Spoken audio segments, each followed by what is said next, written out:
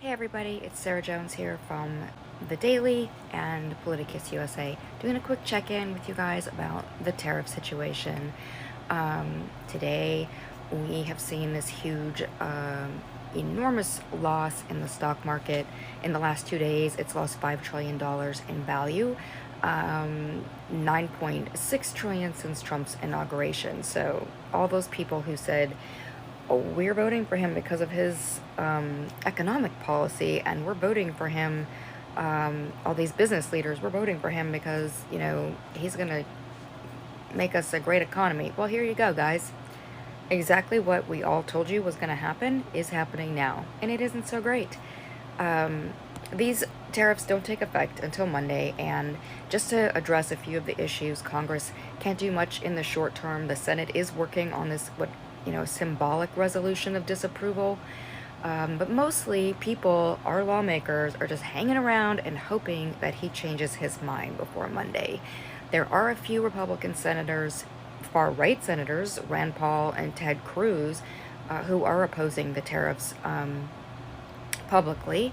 And Ted Cruz, who calls himself Trump's strongest supporter in the Senate, warned that these tariffs could be terrible for America. I would say Trump is terrible for America, but,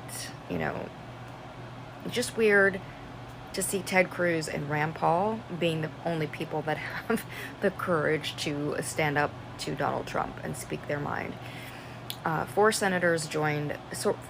Republicans did join with the Democrats to vote for a resolution that would strip Trump of his emergency authority to impose these tariffs on Canada, and that was earlier this week. So the Republicans have expressed some interest in legislation that would take away this emergency tariff authorization from presidents in general, but obviously, we're all looking at one, because he's the only one that's done something this crazy since 1890.